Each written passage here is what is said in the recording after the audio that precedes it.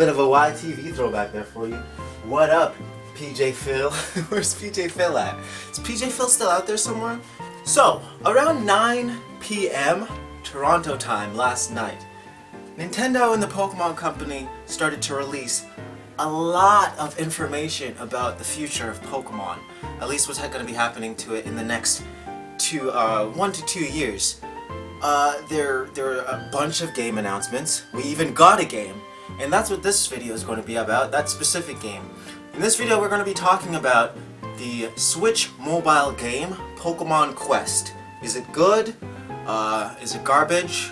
What do I think about it? What do I like and what do I not like about it? That's what we're getting into in this video. Pokemon Quest! Hi, I'm Moonlight Finn. Won't you come right in? We'll play some video games. Life's a game, so let's play.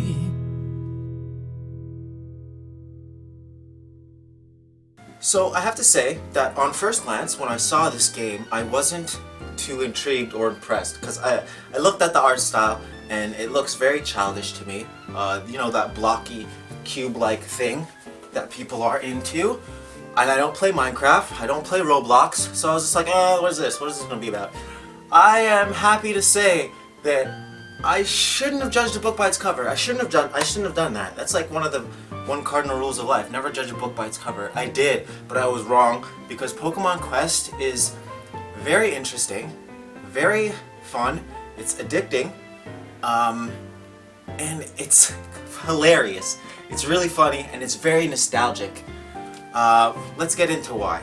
So the game in itself is very simple. You basically find yourself on this island. It's called Tumblecube, and you and your little robot friend, who is having malfunctions when you reach this island.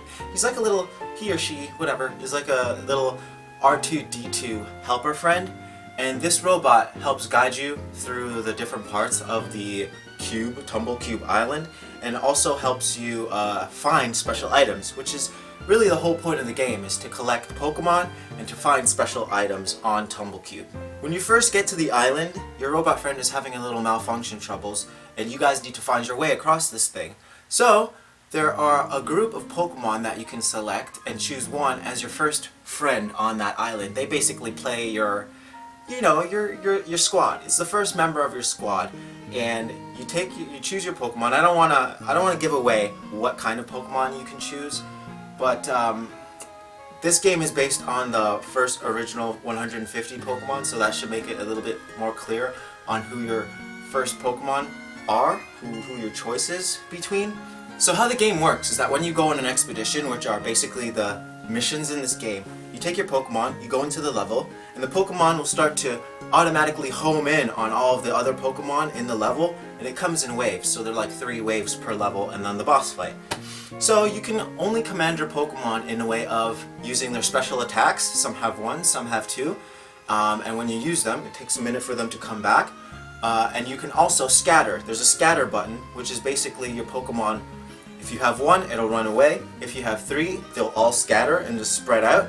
And this becomes really kind of a crucial strategic thing going on further into the game, because it can be used really well to dodge specific Pokemon's attacks. And it really sucks because the Pokemon get pretty tough, and you need to start paying attention to when to dodge. After you battle through all of the waves, you fight the boss Pokemon of that section, and then if you win that, you level up, your Pokemons level up, and you get to keep all of the items that you collected on your journey through that level. Next, they introduce to you how to capture Pokemon, and in this game you do not capture Pokemon with Pokeball. You do something that might even be a little better. It's the other thing that Pokemon cannot resist, and that, my good friends, is delicious food! So, you have a base camp in this game, and in your base camp you have a cooking pot. Now, when you're out on your missions, you collect power stones as well as ingredients, mushrooms and other sorts of things, roots, and you throw them all into this cooking pot, and after you go on a couple of expeditions, like 2 to 5, the food cooks, and when the food is ready, you pop open the pot, and the smell, the aroma, starts to allure Pokemon toward your base camp. So they run in, they scatter in, and they're just like, oh my god, can I have some food? And then basically they're your friend. then you've collected those Pokemon, and eventually you'll come to have a base camp that is just filled with a bunch of little Pokemon who are just there to be your friend and eat, and it's kind of cute. One of the cool things about cooking is that there are a bunch of different recipes, and different recipes attract different types of Pokemon. So there's a recipe to attract Pokemon that are the color red. There's a recipe to attract electric type Pokemon, to attract bug type Pokemon. The cool part is figuring out which recipes attract which Pokemon. So you have to unlock these recipes as you go along. It's kind of chance and experimentation. So powering up your Pokemon is done by using Power Stones. So as well as ingredients, when you finish a level, you collect Power Stones. These Power Stones come in, I forget how many types, but let's say there are 4 types. All the ones that I've collected so far are for health and HP. That might be the only 2 actually, I don't remember. That might be the only 2 types of Power Stones. There are also other types of stones that you put into your move slots, not just your Pokemon slot, but your Pokemon's move slots that make your moves either refresh quicker or become more powerful.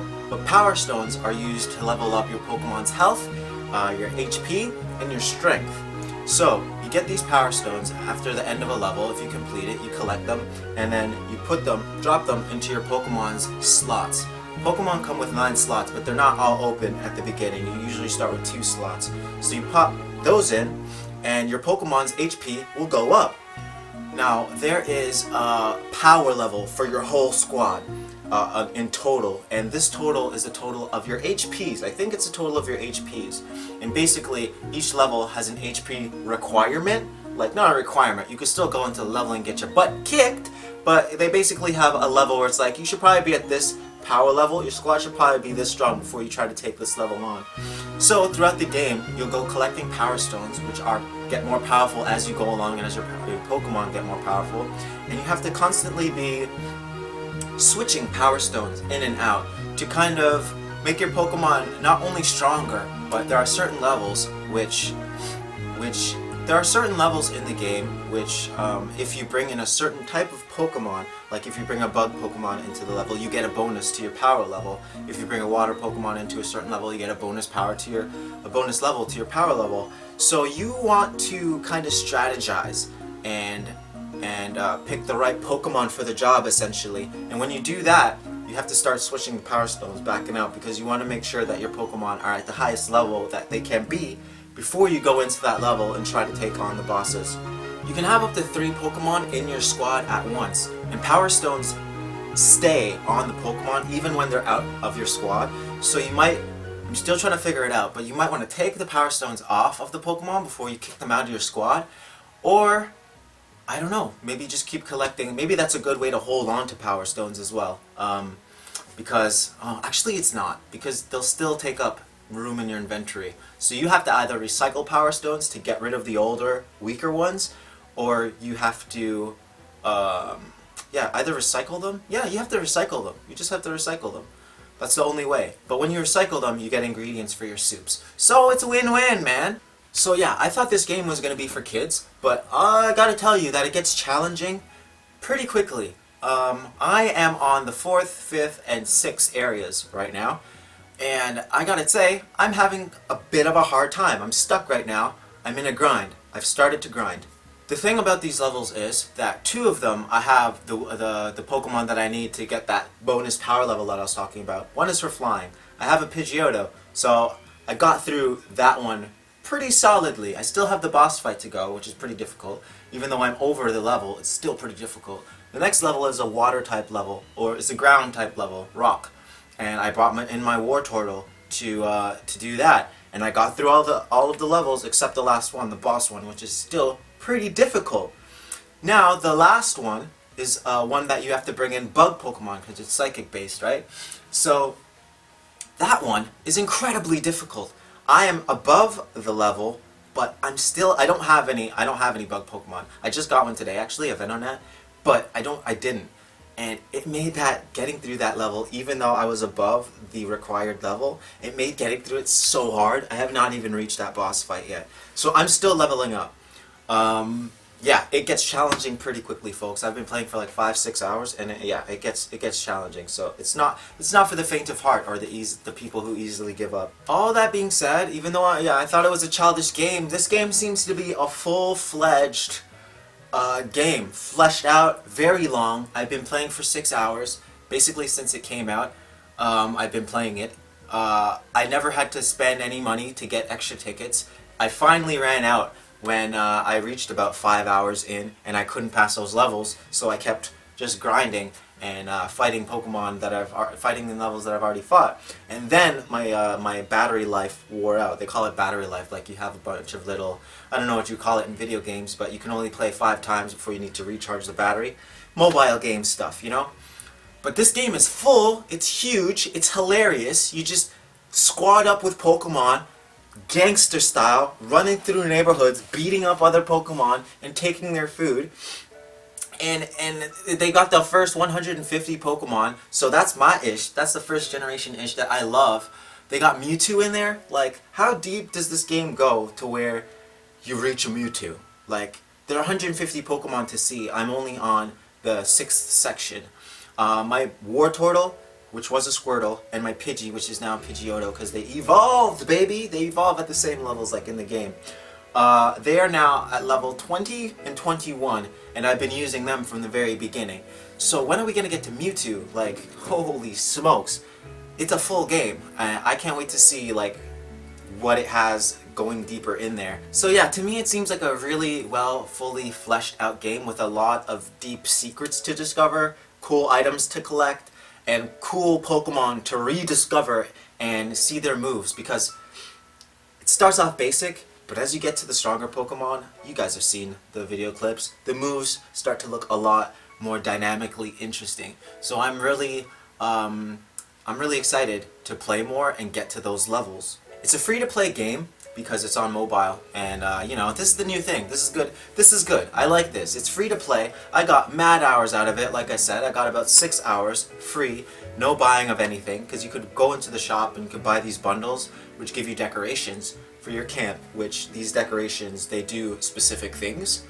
But you really don't need to pay to win, man. At least you can pay to win. I mean, that's what money's for. But you don't have to. You can still get a lot of fun out of just playing this game for free.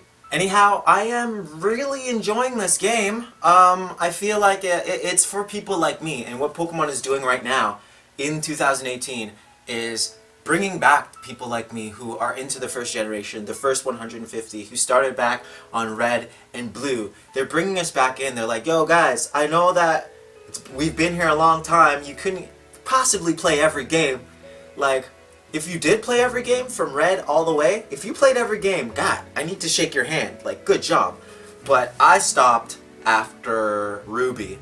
I played Ruby up to Ruby, and I think I played Ruby on emulator. Everything back before that I played on Game Boy and Game Boy Advance, Fire Red, and then I played X. But there's so many things I missed. So I feel like they're like, yo, original gangsters, come back. We got you. We got this. We got the Pokemon Quest. Have fun with that. It's a pretty fun game. We're gonna have Let's Go Eevee and Pikachu. Nostalgia for your Butte. You're gonna enjoy that.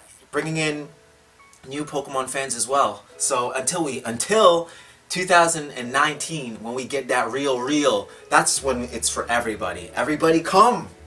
Everybody come in! Play the new gen Pokemon! But for now, here's a gift. Here's a gift. Take Pokemon Quest and take Pokemon Let's Go Eevee and Pikachu. That's our gift to you. And I thank you, Nintendo. I am very appreciative for this gift. So, that is it for my little review of Pokemon Quest. What do you guys think about it? I'm liking it, but what do you think? Did you look at it and be like, what is this nonsense? Why are they putting this nonsense out right now? We don't have time for this. Give us the real deal.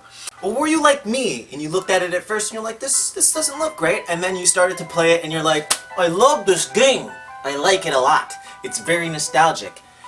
What do you think about it? What do you think about it? And are you excited for Pokemon Let's Go Eevee and Pikachu? Because I know I am. I don't know which one I'm gonna get, because Eevee is so cute. Eevee's so cute. I love Eevee. I love Eevee, but I also love Pikachu because Pikachu's original gangsta. Let me know which game you're gonna buy in November. because November's coming, baby. It is coming. So you better make your decision soon. So yeah, don't forget to drop a like and subscribe and all that stuff. And I'll see you in the next video, people. It is such a good time to be alive. Iko! Ikuzo! Let's go!